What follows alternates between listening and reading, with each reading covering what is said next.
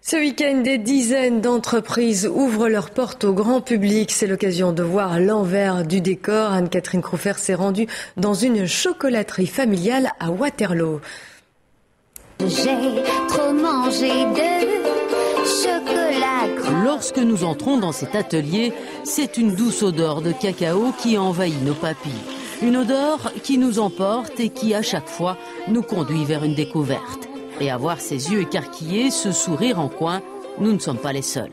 Ce qui m'étonne le plus, c'est que par une formule chimique, on puisse mettre le chocolat et que ça fasse une base. Ça m'a toujours intrigué comment arrive-t-on à ça.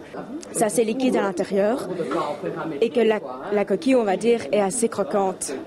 Donc ça donne un meilleur goût. Jean-Sébastien Jaunet a opté pour des études d'expert automobile, puis rapidement, il a viré dans le chocolat. Aujourd'hui encore, il essaye des recettes, il tente de découvrir. Cet été, il s'est penché sur les macarons.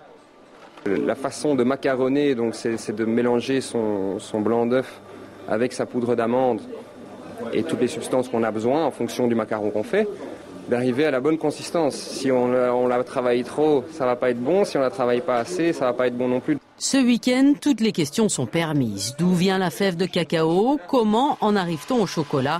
Et puis, la question essentielle. Qu'est-ce qui fait un bon chocolat? Un bon chocolat, c'est... nous, ici en Belgique, à la base, on est réputé pour l'affinage de notre chocolat. Donc la façon dont on met le sucre dedans, dont on affine notre chocolat. Et un bon chocolat, c'est une bonne fève et un bon procédé de fabrication.